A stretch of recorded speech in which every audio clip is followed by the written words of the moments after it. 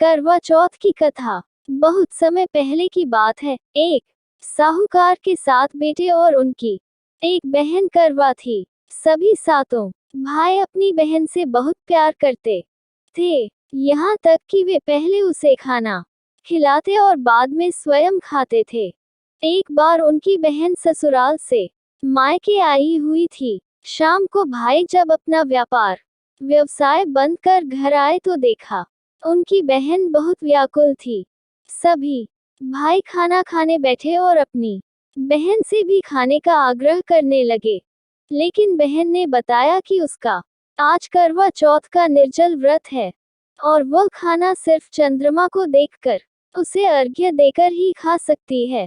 चूंकि चंद्रमा अभी तक नहीं निकला है, इसलिए वह भूख प्यास से व्याकुल हो उठी है।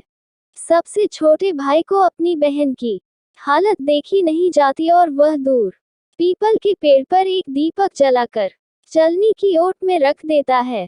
दूर से देखने पर वह ऐसा प्रतीत होता है कि जैसे चतुर्थी का चांद उदित हो रहा हो।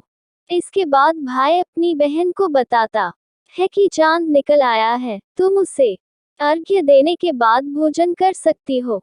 बहन खुशी के मारे सीढ़ियों पर चढ़कर चांद को देखती है, उसे अर्घ्य देकर खाना खाने बैठ जाती है। वह पहला टुकड़ा मुंह में डालती है तो उसे छींक आ जाती है, दूसरा टुकड़ा डालती है तो उसमें बाल निकल आता है और जैसे ही तीसरा टुकड़ा मुंह में डालने की कोशिश करती है तो उसके पति की मृत्यु का समाचार उसे मिलता है।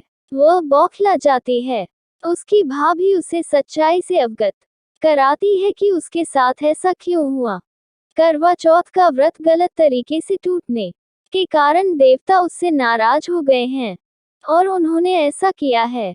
सच्चाई जानने के बाद करवा निश्चय करती है कि वह अपने पति का अंतिम संस्कार नहीं होने देगी और अपने सतीत्व से उन्हें पुनर्जीवन दिलाकर रहेगी। वह पूरे 1 साल तक अपने पति के शव के पास बैठी रहती है, उसकी देखभाल करती है।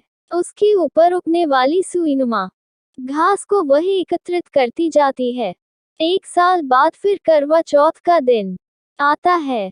उसकी सभी भाभियां करवा चौथ का व्रत रखती हैं। जब भाभियां उससे आशीर्वाद लेने आती हैं तो वह प्रत्येक भाभी से यम सुई ले लो, पेय सुई दे दो, मुझे भी अपनी जैसी सुहागिन बना दो, ऐसा आग्रह करती है। लेकिन हर बार भाभी उसे अगली भाभी से आग्रह करने का कह चली जाती है। इस प्रकार जब छठे नंबर की भाभी आती है तो करवा उससे भी यही बात दोहराती है। ये भाभी उसे बताती है कि चूंकि सबसे छोटे भाई की वजह से उसका व्रत टूटा था, अतः उसकी पत्नी में ही शक्ति है कि वह तुम्हारे पति को दोबारा जीवित कर सकती है। इसलिए जब वह आए तो तुम उसे पकड़ लेना और जब तक वह तुम्हारे पति को जिंदा न कर दे, उसे नहीं छोड़ना। ऐसा कहकर वह चली जाती है। सबसे अंत में छोटी भाभी आती है। करवा उनसे भी सुहागिन बनने का आग्रह करती है, लेकिन वह टालमटोली करने लगती है। इसे देख करवा उन्हें जोर से पकड़ लेती है और अपने सुहाग को जिंदा करने के लिए कहती है। भाभी उससे छुड़ाने के लिए नोचती है, खसोटती है, लेकिन करवा नहीं छोड़ती है। अंत में उसकी तपस्या को देख भाभी पसीज जाती है और अपनी छोटी अंगुली को चीरकर उसमें से अमृत उसके पति के मुंह में डाल देती है। करवा का पति तुरंत श्री गणेश कहता हुआ उठ बैठता है। इस प्रकार प्रभु कृपा से उसकी छोटी भाभी के माध्यम से करवा को अपना सुहाग वापस मिल जाता है। हे श्री गणेश माँ गौरी, जिस प्रकार करवा को चिर सुहागन का वरदान आपसे मिला है, वैसा ही सब सुहागिनों को मिले।